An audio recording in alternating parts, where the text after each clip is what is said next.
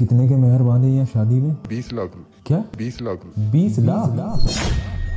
20 लाख के मेहर? क्या इन लोगों को ये नहीं पता है कि जो मेहर होते हैं वो माफ कराने के लिए नहीं होते हैं? बहुत से लोग इस गलतफहमी में रहते हैं कि शाम को जब हम दुल्हन से मुलाकात करेंगे तो पहला सवाल हम उससे ये करेंगे कि हमारे जो मेहर है उसको माफ कर दो। मैं यहाँ पर सबके सामने एक बात क्लियर कर दूं कि मेहर कभी भी माफ कराने के लिए नहीं बांधे जाते हैं। मेहर को अदा करना वाजिब है। अगर मेहर अदा नहीं किए तो किसी का हक मारने के बराबर उसके ऊपर अजाब आएगा। मेहर दो तरीके के होते हैं, एक होते हैं ऑन द स्पॉट अदा करने के लिए, दूसरे होते हैं ताउमर जिंदगी में कभी भी आप इन मेहर को अदा कर सकते हैं। फॉर एग्जाम्पल इन फ्यूचर आप अपनी बीवी को कोई गिफ्ट दे रहे हैं, कोई फोन दे रहे हैं, कोई ज्वेलरी दे रहे हैं, तो आप उसको ये कहकर दे सकते हैं ये तेरी मेहर के रकम से ली हुई चीज है जो मैं तुझे दे रहा हूँ, इससे मैं तेरे मेहर अदा कर रहा हूँ। इस तरीके से भी मेहर को अदा किया जा सकता है। लेकिन मेहर कभी भी माफ कराने के लिए नहीं होते हैं। मेहर को अदा करना जरूरी है। अगर यहाँ पर नहीं दिए तो आखिरत में जाकर आपकी कमाई हुई नेकियों में से आपको वो चीजें अदा करनी पड़ेगी। लेकिन मेहर अदा करना जरूरी है। इस गलतफहमी में कोई भी ना रहे कि मेहर सिर्फ माफ कराने के लिए होते हैं, बांध दो जितने बांधने, या फिर खुदा ना खास्ते कल को कोई हादसा हो जाए तो ये अदा कर ले, यानी कि ये